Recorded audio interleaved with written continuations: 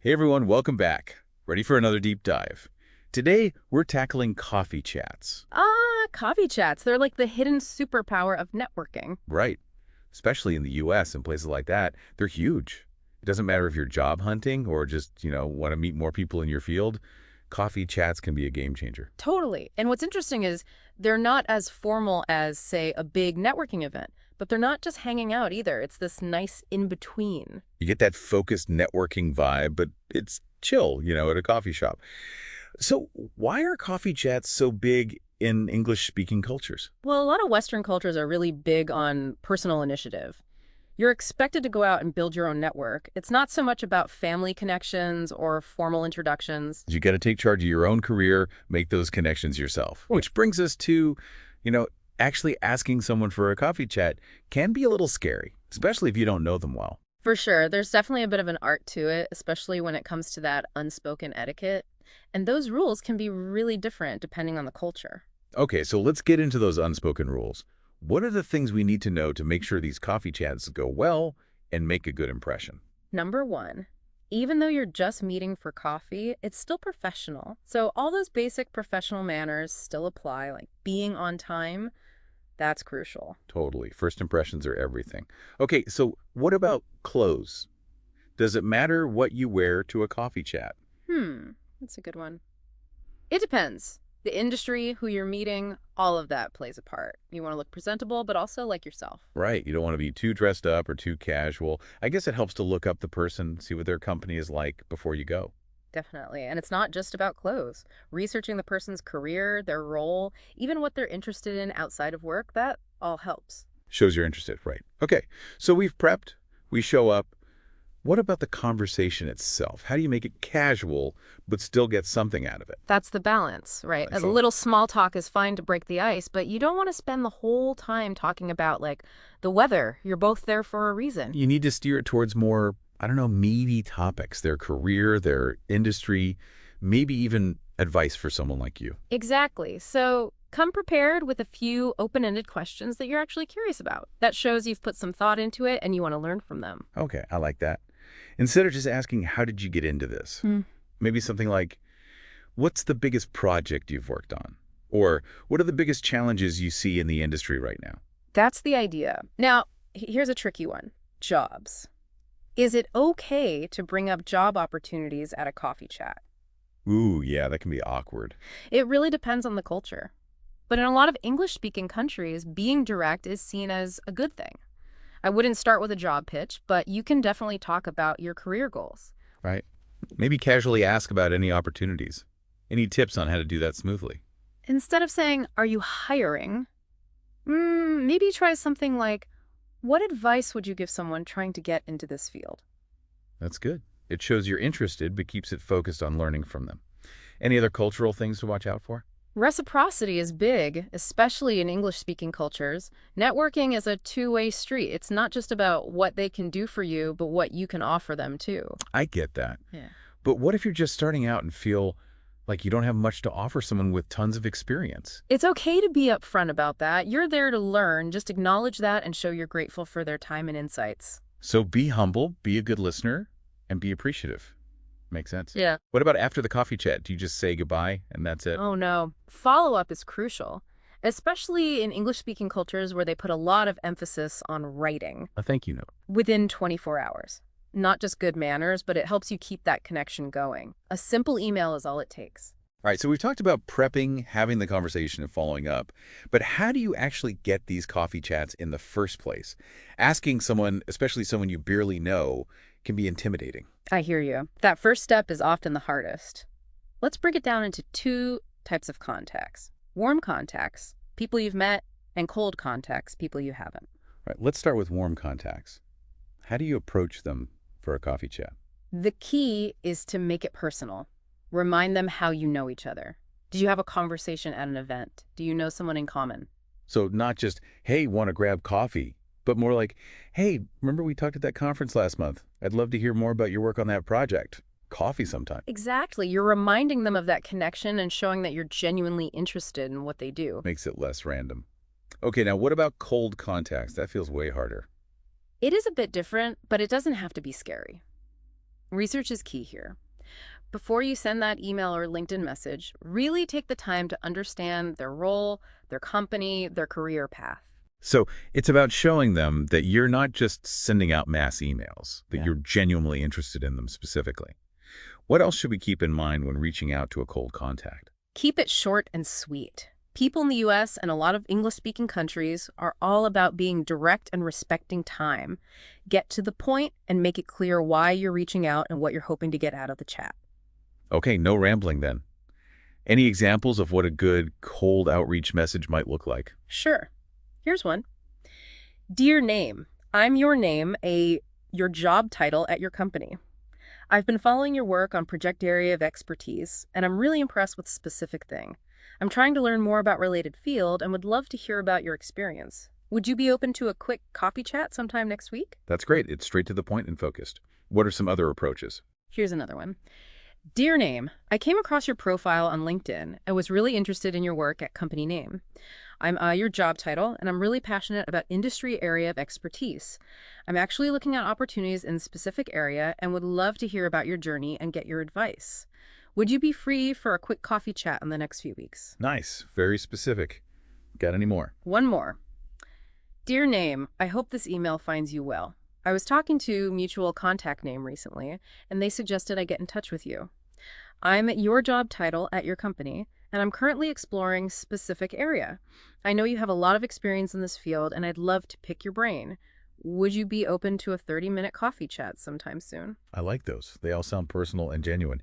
You mentioned being upfront about the time commitment earlier. What did you mean by that? It's just about being respectful of their time. Instead of saying, let's grab coffee sometime, be specific. Say something like, would you be free for a 30-minute coffee chat next week? It makes it easier to say yes to, right?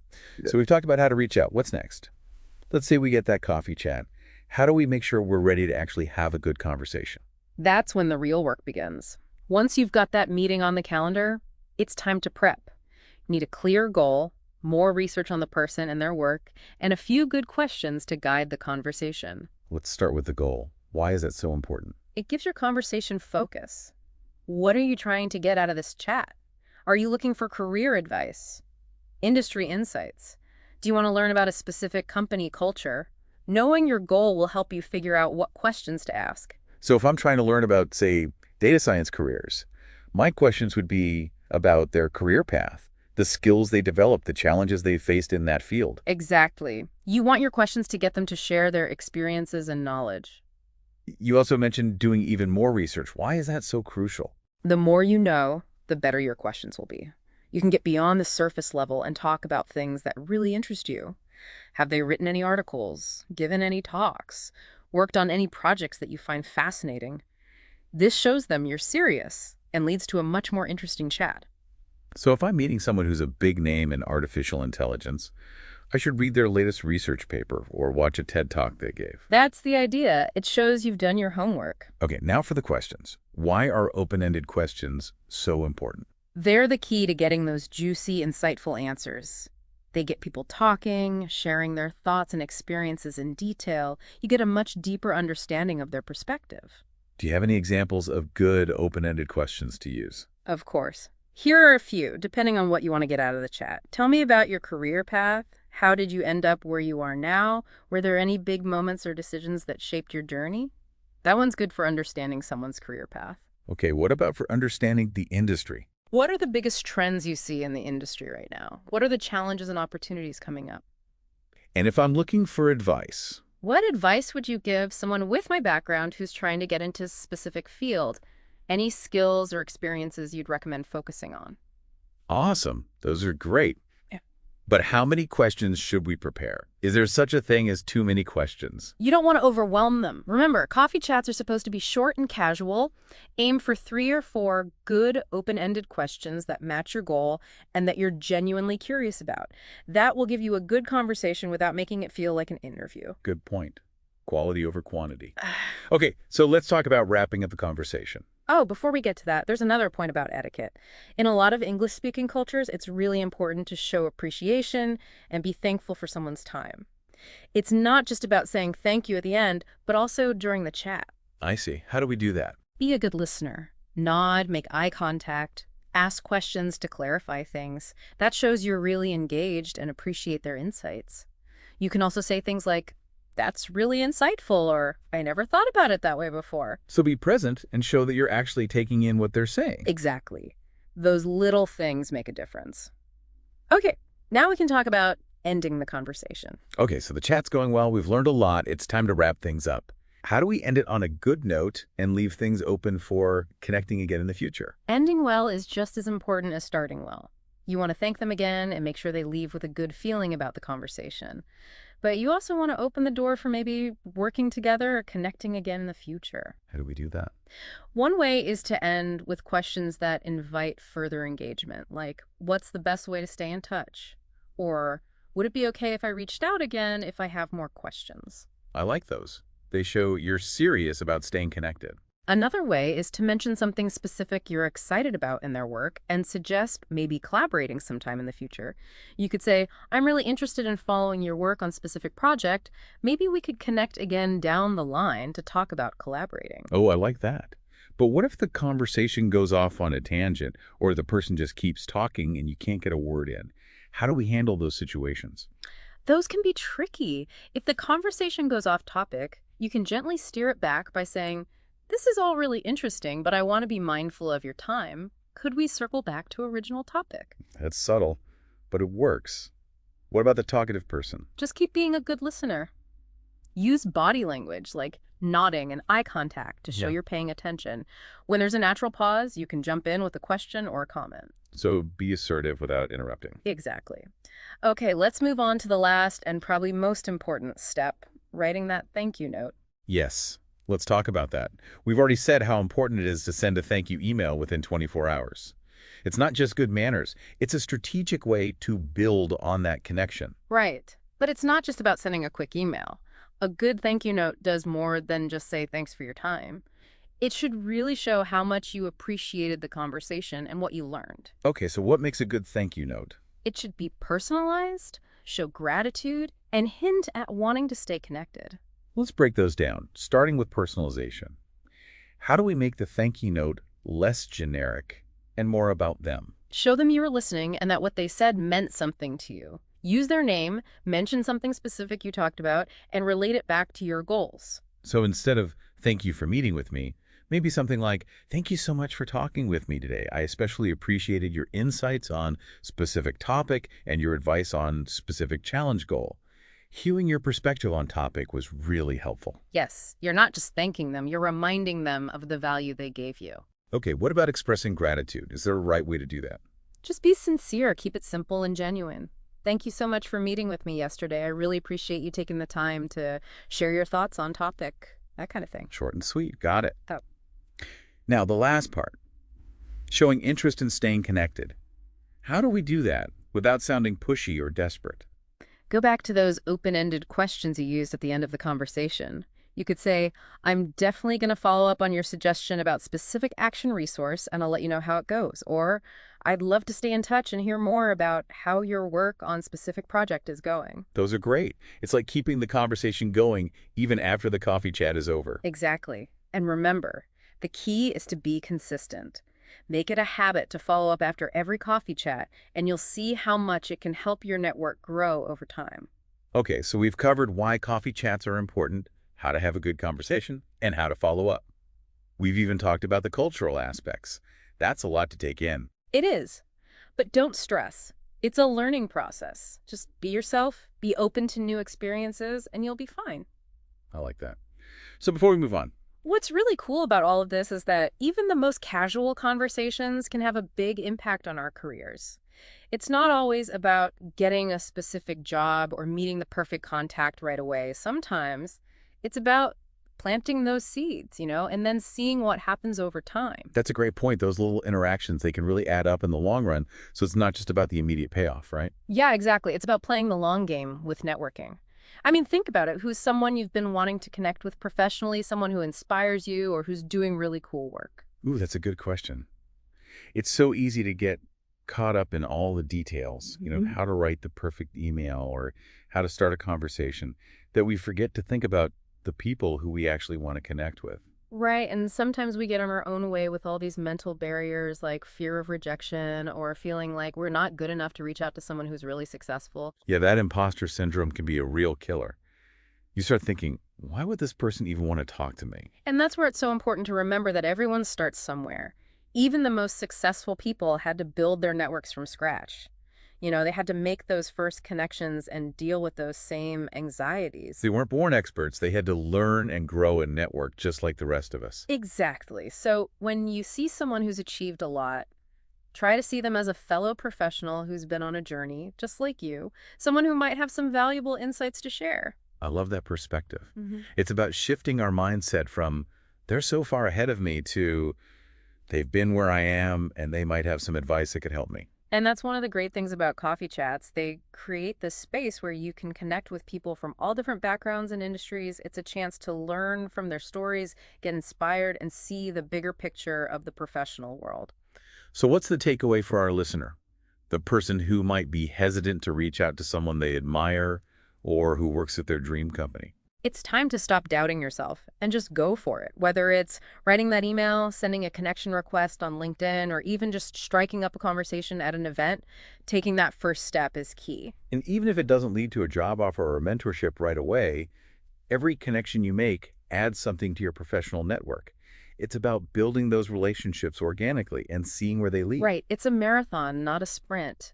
And the real value of networking often reveals itself over time. Those connections you make today might not be relevant to your current goals, but they could be incredibly helpful down the road. It's like planting seeds in a garden. You nurture them, you take care of them, and you never know which ones will flourish into something amazing. I like that analogy, and it emphasizes the importance of patience and persistence with networking. You're not going to hit a home run every time. There will be times when people don't respond or when conversations don't turn into immediate opportunities, but it's important to not let those setbacks discourage you. It's about seeing every interaction, whether it's a success or a learning experience, as a step forward in your professional journey. Exactly, and I think it's also important to remember that networking is a two-way street. Even when you're connecting with someone who's more senior or experienced, while you're definitely there to learn from them, don't underestimate the value of your own experiences and insights. That's a good point. It's easy to feel like we don't have anything to offer when we're talking to someone who's more advanced in their career, but everyone has unique perspectives and experiences that can contribute to a conversation. You might have knowledge about a specific niche topic, a fresh perspective on an industry challenge, or even just a different way of thinking about a problem. Don't be afraid to share your thoughts and ideas even if you're still learning.